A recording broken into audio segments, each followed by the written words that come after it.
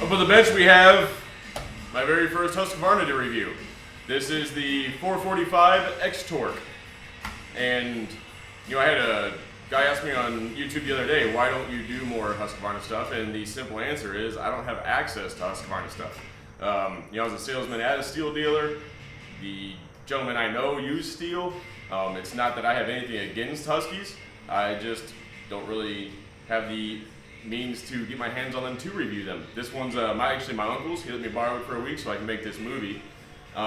You know, I know they're great saws. Anytime you start talking chainsaws, a lot of times you start that fight between steel and the Huskies, and Echo can be thrown in there. And they're all great, really. You know, it's just kind of color preference. If you're a Husky dealer in the St. Louis area and have some demo saws I could take for a week, by all means contact me. I'd love to do more Husky videos. All right, anyway, the 445 X-Torq. And if you're not familiar with the X-Torq, like I wasn't, I had to look this up. The X-Torq is just a scavenging engine. Nothing special. The steel call it the stratified scavenging. Basically all it is to reduce emissions.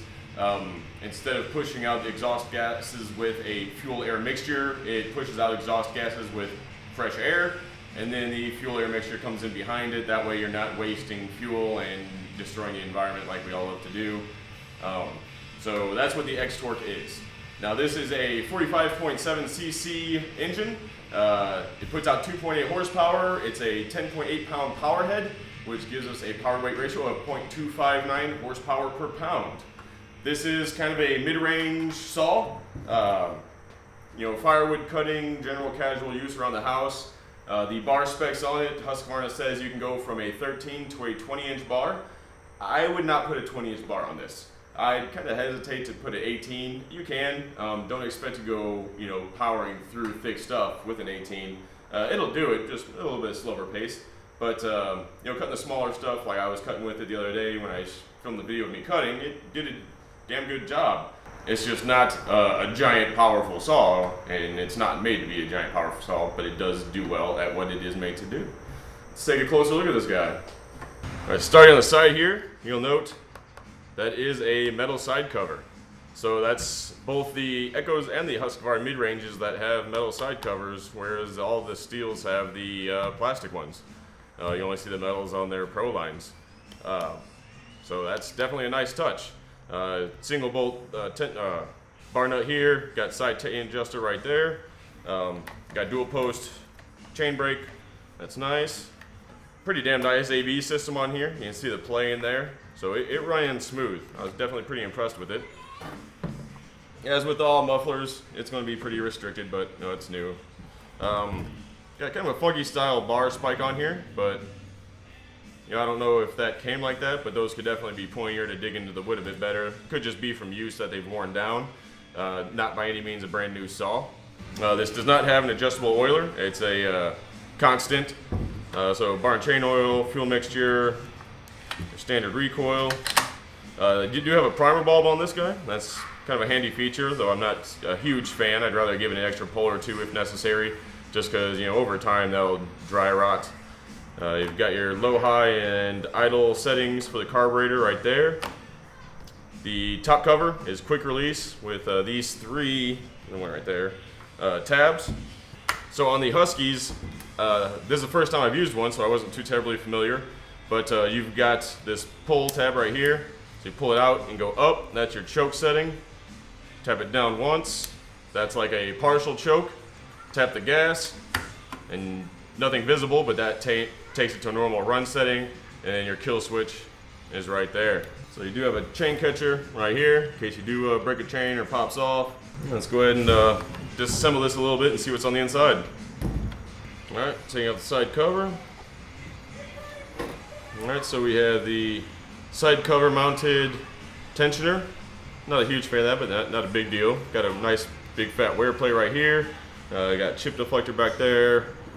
Standard band for the chain brake right there. Squeeze down the clutch.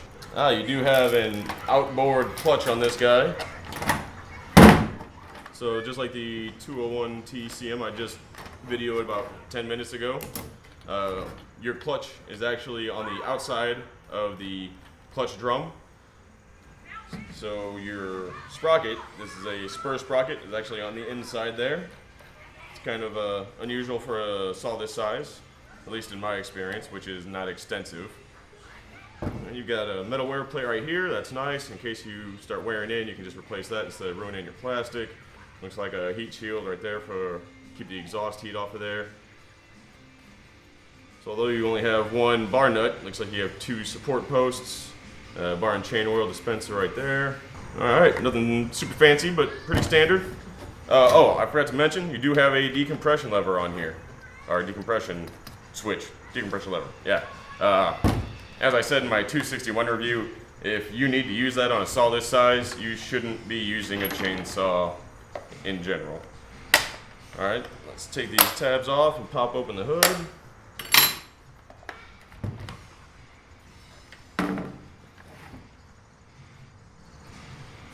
Alright, nothing groundbreaking here. Spark plug cylinder, horizontal cooling fin orientation. You do have a wire mesh air filter, looks like, with a metal clamp to hold that in place. Moves pretty easy off of there. Not a huge fan of the wire mesh air filters, but they do their job. I think they're a little bit pricier to replace as well. Alright, so that's about as far down as I'm going to take it. Let's see how she did yesterday cutting some wood. Alright, so here we are with the Husqvarna 445 X-Torq.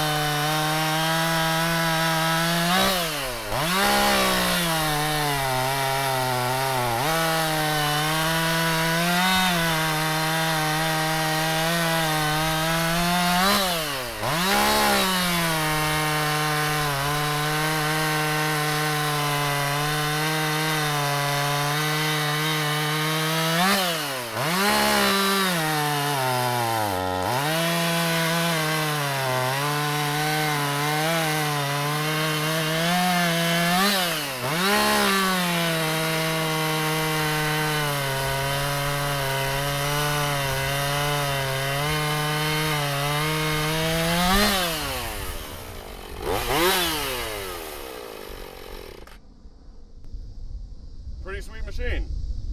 First Husqvarna I've played with, and definitely pretty happy with them. They're nice.